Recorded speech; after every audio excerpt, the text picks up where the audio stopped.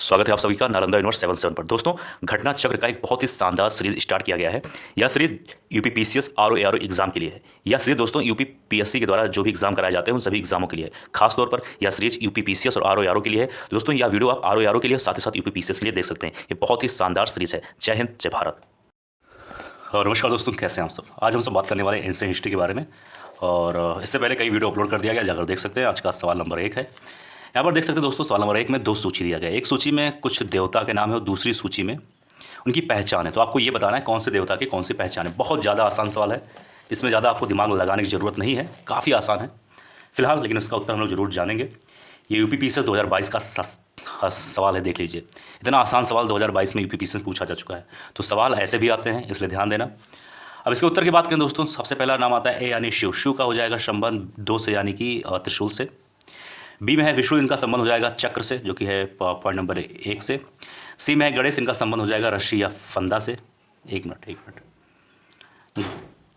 गणेश जी का संबंध हो जाएगा रस्सी या फिर फंदा। यहाँ पर लिखा है बैल, तो बैल को आप लोग गलत काट देना, यहाँ पर रस्सी होना चाहिए था। ठीक है, मैं बोल दे रहा हूँ।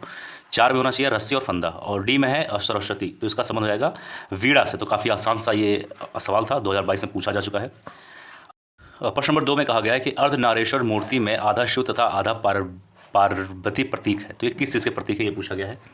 तो प्रश्न नंबर 2 की बात करें दोस्तों, इसका सही उत्तर हो जाएगा ऑप्शन नंबर सी, यानी कि देव और उसकी शक्ति का योग का प्रतीक है। ठीक है, ये चीज़ ध्यान देना। प्राचीन काल में अर्धनारेश्वर के रूप में भी शिव की कल्पना की गई है, जो पुरुष एवं प्राकृतिक अथवा देव और उसकी शक्ति के योग को दर्शाता है। तो ये चीज़ आप सभी को मालूम होना चाहिए। बात करें प्रश्न नंबर 3 के बारे में, इसमें कहा गया है कि नैनार कौन थे। नैनार कौन थे, काफ़ी अच्छा सा सवाल है ये यूपी पीएससी आरओ एग्जाम में पूछा जा चुका है कई बार। ये यूपी पीएससी के द्वारा जितने भी एग्जाम कंडक्ट करवाए गए हैं उसमें ये सवाल कई बार पूछा जा चुका है, तो ये सवाल ज़्यादा इंपॉर्टेंट हो जाता है। अब इसके उत्तर की बात करें दोस्तों, इसका सही उत्तर हो जाएगा ऑप्शन नंबर सी, यानी कि शिव धर्म अनुयायी। ठीक है, तो अगर कभी पूछ लिया जाए कि नैनार का संबंध किससे, तो आपको ये बताना पड़ेगा कि सी, यानी कि शिव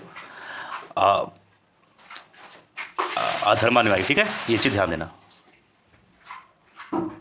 अब इनके बारे में थोड़ा सा हम लोग विस्तार से जान लेते हैं। ठीक है, क्योंकि विस्तार से जानना बहुत ज़्यादा जरूरी है, क्योंकि सवाल कभी भी बन सकता है और किसी तरीके से भी बन सकता है। तो ध्यान से सुनना। तमिल भाषा क्षेत्र में भक्ति भावना को लोकप्रिय बनाने में 2 संप्रदायों की प्रमुख भूमिका रही है। ठीक है, भगवान विष्णु की उपासना करने वाले विष्णु भक्त को हम लोग अलवार कहते हैं। क्या कहते हैं, अलवार। यहाँ लिख देता हूँ, अलवार कहते हैं। ठीक है, ये काफ़ी इंपॉर्टेंट चीज़ है। साथ ही साथ शिव की उपासना करने वाले को हम लोग नैनार कहते हैं, जो कि इस सवाल में पूछा गया। ठीक है, तो शिव यानी कि शिव। ठीक है, तो ये चीज़ ध्यान देना, कन्फ्यूज मत होना। इन्होंने ईश्वर के प्रति व्यक्तिगत प्रेम और समर्पण से मोक्ष प्राप्ति का मार्ग बताया है और जाति प्रथा एवं इसकी कठोरता का विरोध किया। तो ये दोनों चीज़ ध्यान देना, ये काफ़ी इंपॉर्टेंट सवाल है और ये अक्सर पूछे जाते हैं। तो आपको समझ में आ गया होगा कि नैनार और अलवार में क्या फ़र्क है। ठीक है, बात करें प्रश्न नंबर 4 के बारे में, इसमें कहा गया निम्नलिखित में से कौन अलवार संत नहीं था। यहाँ पूछा गया नहीं था, तो इसलिए विशेष तौर पे ध्यान देना। अब हम बात करें प्रश्न नंबर 4 के बारे में, आप देख सकते हैं यहाँ पर ऑप्शन ए है, बी है, सी है, डी है। अब उत्तर की बात करें प्रश्न नंबर 4 के बारे में, तो इस सवाल का सही उत्तर हो जाएगा ऑप्शन नंबर हो जाएगा, एक मिनट,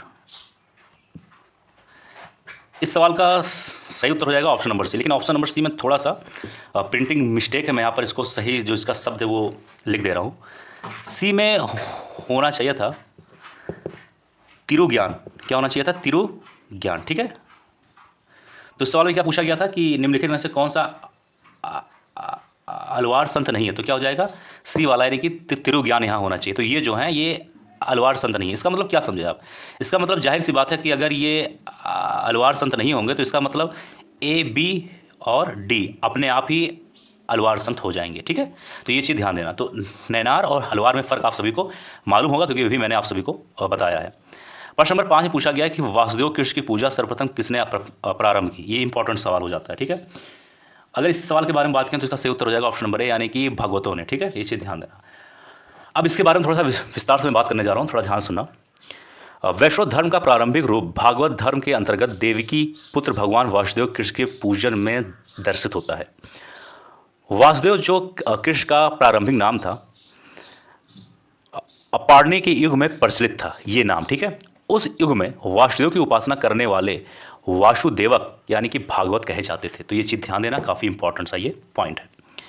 बात करें प्रश्न नंबर 6 के बारे में, इसमें कहा गया है कि निम्नलिखित में से किस देवता को कला में हल लिए प्रदर्शित किया गया है। आसान है, बहुत दिमाग लगाने की जरूरत नहीं है। सही उत्तर हो जाएगा ऑप्शन नंबर बी यानी कि बलराम। ठीक है, यहाँ पर ऑप्शन ऊपर नीचे हो गया है, सी यहाँ होना चाहिए था, बी यहाँ होना चाहिए था, कोई बात नहीं, पीडीएफ बनाते वक्त ऑप्शन ऊपर नीचे हो गया। फिलहाल इसका उत्तर सही हो जाएगा बी यानी कि बलराम। हम लोग सब जानते हैं कि हल का संबंध बलराम जी से है।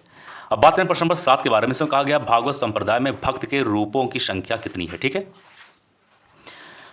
अब बात करें प्रश्न नंबर 7 के बारे में। इस सवाल का सही उत्तर हो जाएगा ऑप्शन नंबर सी यानी कि 9। काफ़ी इंपॉर्टेंट सा सवाल है, ध्यान देना। भागवत संप्रदाय में मोक्ष प्राप्ति के लिए नवधा भक्त को मान्यता दी गई है।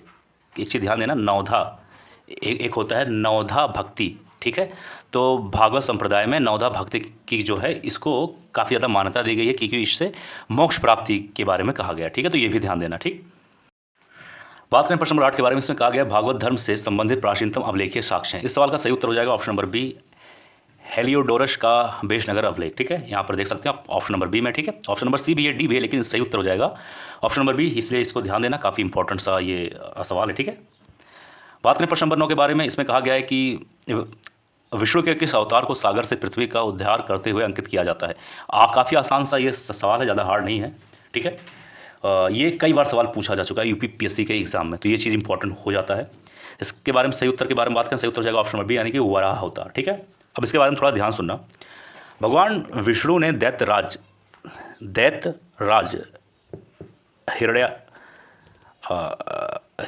हिरण्याक्ष, ठीक है, यहाँ मैं लिख देता हूँ हिरण्याक्ष, ठीक है, का वध करने के लिए वराह रूप धारण किया था तथा उसके चंगुल से धरती को छुड़ाया था। ठीक है, ये चीज़ ध्यान देना, काफ़ी इंपॉर्टेंट सवाल है। बात करें प्रश्न नंबर 10 के बारे में। इसमें कहा गया भारत में आस्तिक और नास्तिक संप्रदाय में कौन सा विधेयक लक्षण है। तो प्रश्न नंबर 10 के बारे में बात करें दोस्तों, इसका सही उत्तर हो जाएगा ऑप्शन नंबर, एक मिनट, इसका हो जाएगा ऑप्शन नंबर सी यानी वेदों की प्रामाणिकता में आस्था। ठीक है, ये काफ़ी इंपॉर्टेंट सवाल था दोस्तों। यह आज का सवाल, मुझे उम्मीद है वीडियो पसंद आया होगा। ठीक है, मिलते हैं किसी और वीडियो में। जय हिंद, जय भारत।